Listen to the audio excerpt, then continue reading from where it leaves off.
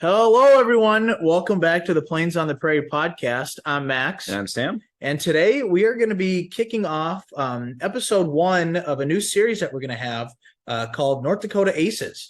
Yeah, so we'll have 9 aces for you, spread out, not necessarily every week, but for the next 2 weeks here, we'll have a couple, and we're just going to kind of deep dive into the biography of the ace and then do an overview on the unit and the type of aircraft they flew. Absolutely. And it's cool because these aces have, so many interesting stories to tell, but they're not all Air Force or Navy or Marines. It's very diverse with the branches, including the aircraft that they flew. Right. There's one that I think a lot of viewers will be like, he was flying a what? Yeah. Not to sound like a clickbait YouTuber, but literally it's... Might as well. Yeah, might as well. He was flying an aircraft that is not normally associated with the Americans. So we'll let you guys guess on that one until we eventually get there. But for the first episode, we wanted to talk about arguably probably, I think, the most famous of them all. Yes. Yep. And that would be Lawrence Elroy Blumer, otherwise probably more famously known as Scrappy Blumer. We're going to get started here, kind of going through the story of the pilot, his squadron that he was assigned to, and then at the end, if it's applicable, of course, if there are any Warbird aircraft or displays of their aircraft either that existed at some point or are on display somewhere or flying too, which is pretty cool. Sam, if you're ready, I'm ready. And yeah, let's dive into it. Cool. So as we mentioned earlier, the first pilot today was born as Lawrence Elroy Blumer on May 31st, 1917 in Wolcott, North Dakota. Sam, do you know where Wolcott is? It's just a little southeast of Kindred. It is. Cool. So not too far from here. So he was fairly local to this area. Yeah. Oh, that's really cool. I saw that his father was a storekeeper, and they moved quite a bit when he was young. Yep. Between Fargo and some other areas. I saw Colfax, Fargo, and then obviously Kindred, which is... Yep. And Colfax is just along the rail there. Oh, cool. Between Very Kindred. cool. Yeah. And I know many Warbird listeners will know that Kindred is the home of Odegaard Wings. Yep. So that's a really cool connection there. And then I believe it must have been his freshman year of college where his family moved. Pardon me for the terrible pronunciation of this town. Puyallup. Somewhere in Washington. Somewhere in Washington. That's a good way to say it. So while he lived out in Washington, that's where he learned to fly. And while he was out there also, the Second World War broke out. So he had, already learned how to fly a plane, and, the Army Air Force was looking for pilots. So in March 1942, he enlisted, and the following March, he earned his wings. And he was assigned to the 393rd Fighter Squadron of the 367th Fighter Group. And interestingly, they were training with P-39 Air Cobras. Yeah, and they're trying to transition to Mustangs is what I read. Yeah. So they were, kind of like those basic Mustang squadrons. Like you learn on the P-39, you get to Europe, you fly the Mustang, bada bing, bada boom. Yeah. I mentioned earlier, his nickname of Scrappy, probably one of the most interesting nicknames I've ever heard for a pilot. The story goes that while his unit, the 393rd, was stationed in California for training, obviously California is a major hub for the Marine Corps. And he was involved in a bar fight with 2 Marines, and against allegedly all odds, as we all know how tough Marines are, he held his own against 2 of them. So he earned the nickname Scrappy from that. And as we dive more into his career flying with the Army Air Force during World War II, I feel like Scrappy kind of lives up to his namesake. Oh, yeah. Like the kind of the situations that he got himself into, and the fight that he liked being outnumbered. I think he did. I think that gave him a little bit of power. But so I believe it was in March of 1944 when they arrived in Europe. Mm-hmm. And if I used a very refutable source, Wikipedia, to tell me that when they arrived at, what was the name of the airfield? Stony Cross. Stony Cross. That there were P-38 Lightnings waiting on the runway and not P-51s that they had been told they were going to be flying. So I can imagine the shock in a lot of those pilots' faces. Probably some disappointment. Yeah, probably some disappointment. And like, how do we I could imagine they probably whispered, like, we don't know how to fly these things. Like, Right. what are we doing here? But yeah. Training took a little extra time. Yep, What a I was little extra reading. time. Yep. So yeah, and then from there, I know they I believe their first introduction into combat, if I check my notes here, would have been in May of 1940, early May of 1944. And obviously, if you're stationed in Europe in May of 1944, little over a month, you're going to be seeing some serious A combat. lot of anticipation. Yes, and they probably didn't know it or realize it at the time, but in June of 1944, they really got busy. Yes, and they did routine fighter sweeps before that for sure, but definitely after the big day. Yeah, absolutely. So yeah, they flew air interdiction missions against German armored patrols, armored columns, troop movements, as well as, like you said, fighter sweeps, making sure that the Luftwaffe stayed back, and they were pretty well beaten at the time. Right, air superiority tides started to change, and they ended up, air superiority was everything. They found out early on in the war that you need that in order to support your ground troops. Yeah. That was the intent of the whole the warm up to the campaign, basically. Absolutely. So we should mention that his main mount or aircraft during these sweeps would have been P-38 that he nicknamed Scrap Iron. And he would go through 4 different iterations of Scrap Iron. I believe the first one was lost in a crash after a combat mission. I don't know the fate of the second one, but I think the third one, he got shot down and had to evade German patrols and search parties and basically walked his way back to American lines. Right. Just, it's almost, for me, it's mind-boggling how common you hear stories like that. And it didn't mention any aid or anything from the French resistance. So he navigated the French countryside behind enemy lines by himself. He just must have had a rabbit's foot with him or something. Must have.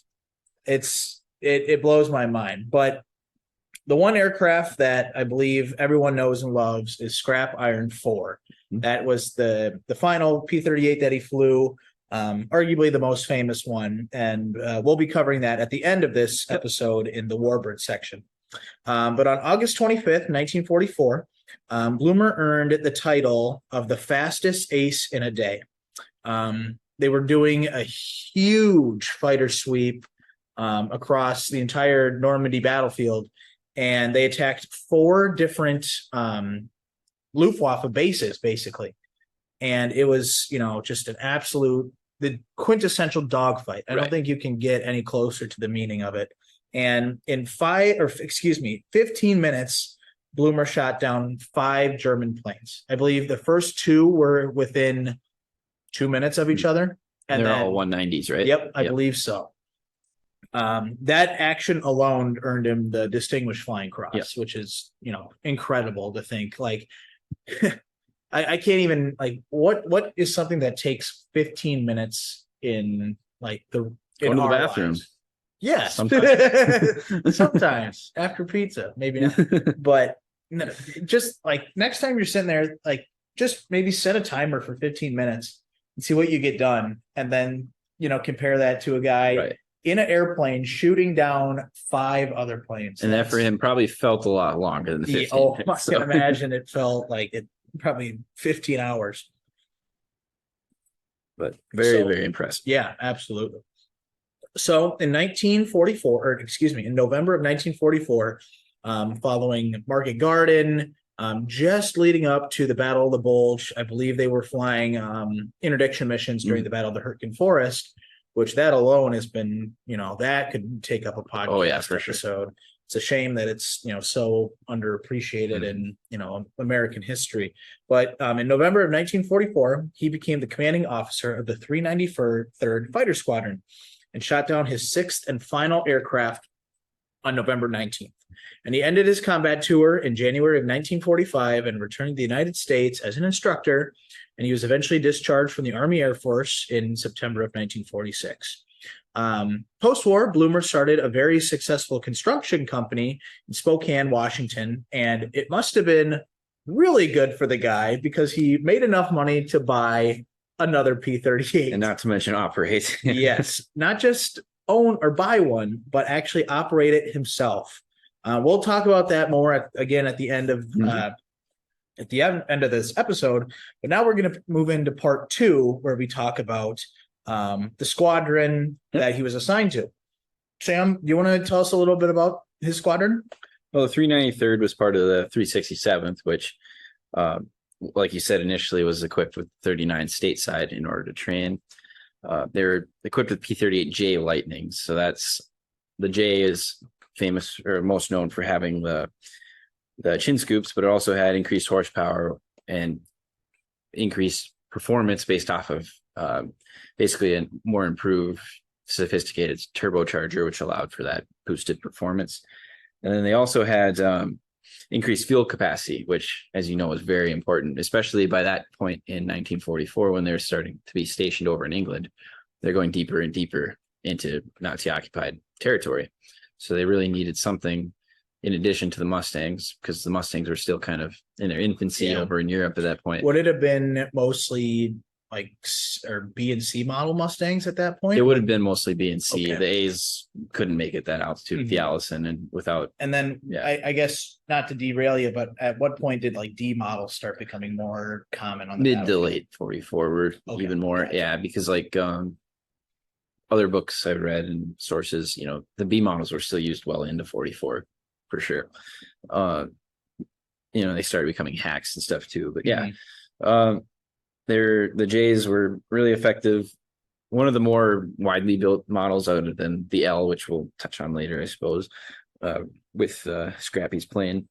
It also had a couple other things as well, bulletproof windshields for a little bit more vitality for the pilot. Absolutely. And then power boosted ailerons. So the P-38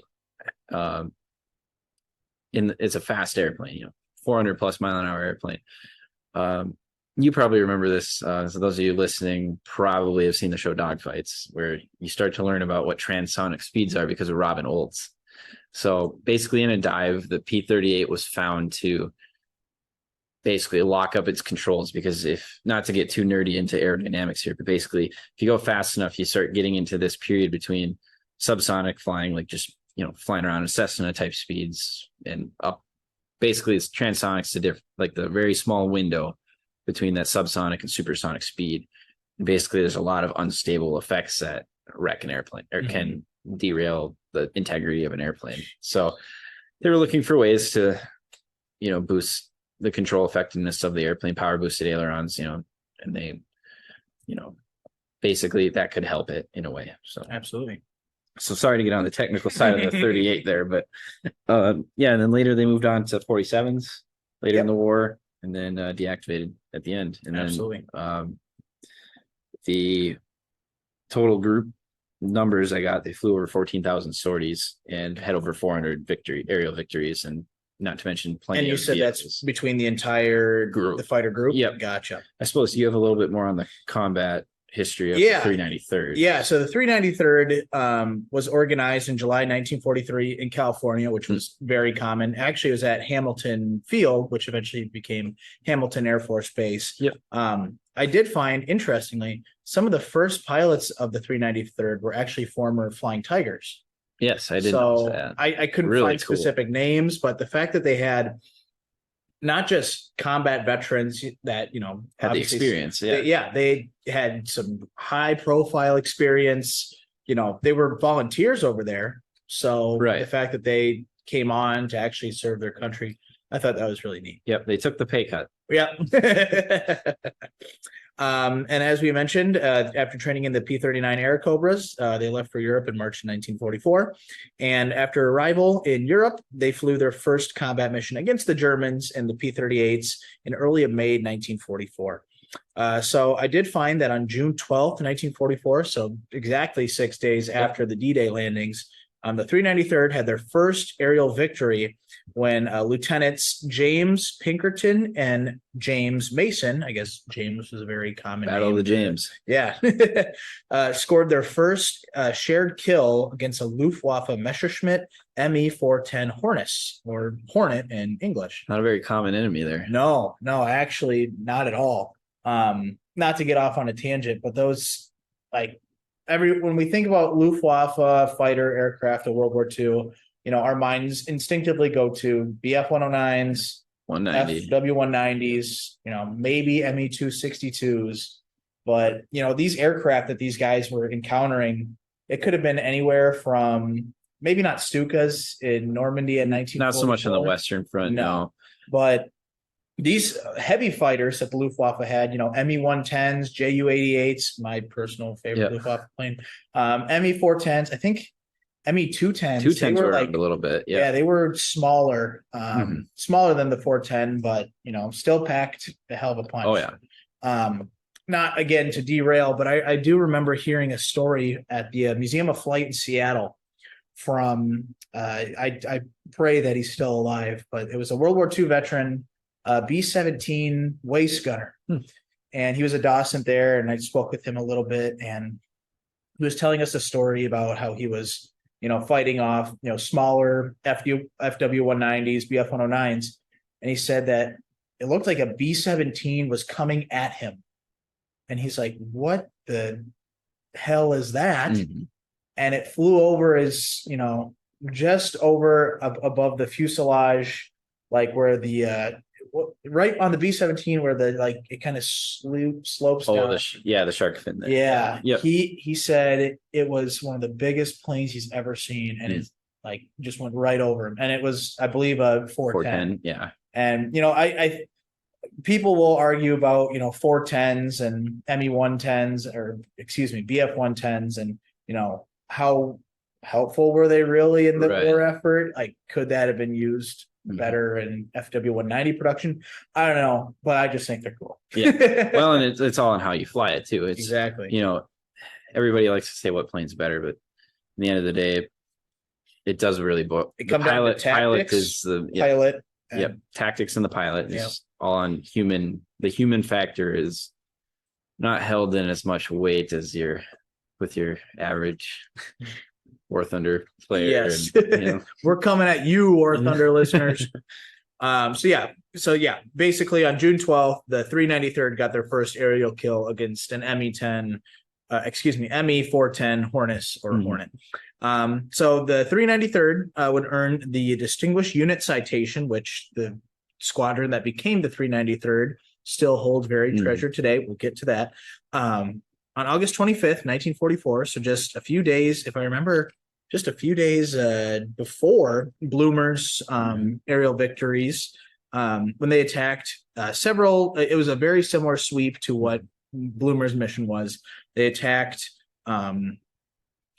several Luftwaffe airfields and did an 800-mile fighter sweep of the entire area. Like, I would assume, would P-38s be capable of flying 800 with? They would probably throw drop tanks underneath for sure.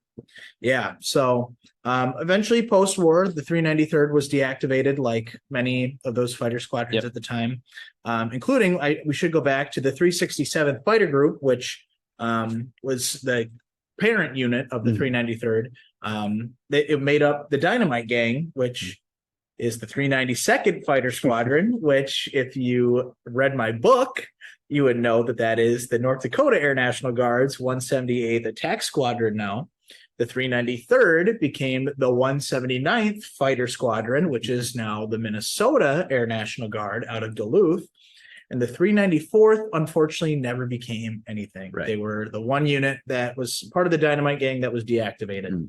So a bummer, but probably for the best that we didn't need them, right? Yeah. The 393rd exists today as the 179th Fighter Squadron, flying F-16Cs.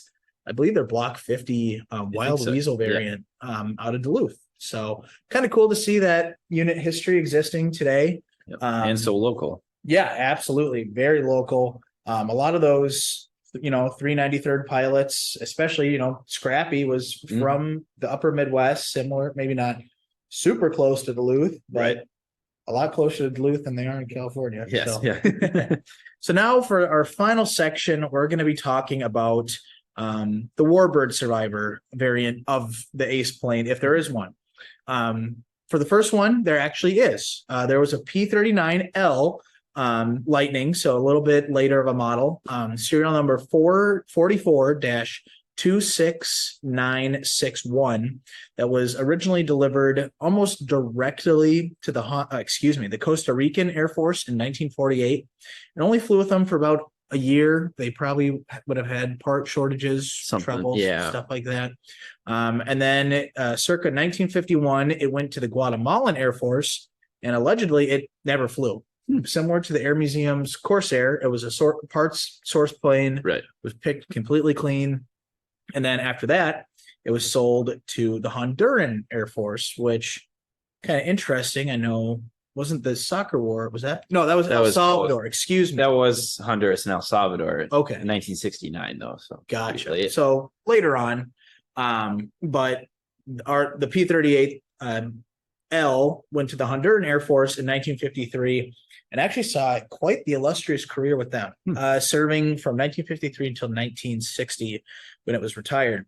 And it came back, and like a lot of Warbirds that had been in the South American Air Force, it needed a little bit of restoration work, but didn't take much. And it was actually put on display at now long defunct Air Museum in Ontario, Canada, still wearing its original Honduran Air Force markings, which is pretty cool. Yeah. So something that you really don't see that much of these days, unfortunately. But of all people, in 1969, Scrappy Blumer, the gentleman that this episode is dedicated to, bought that P-38 and had it repainted in his wartime colors as Scrap Iron 4, which the original serial number for that was 44-23590.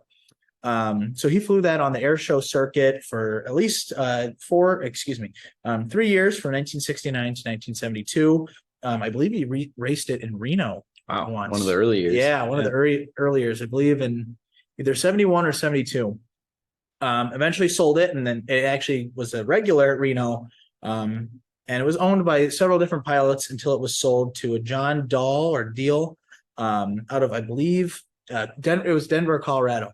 And very sadly, on April 9th, 1981, the P-38 that was marked as Scrap Iron 4 crashed at Salt Lake City International Airport in Utah, unfortunately taking the life of the pilot, John Dahl, with it.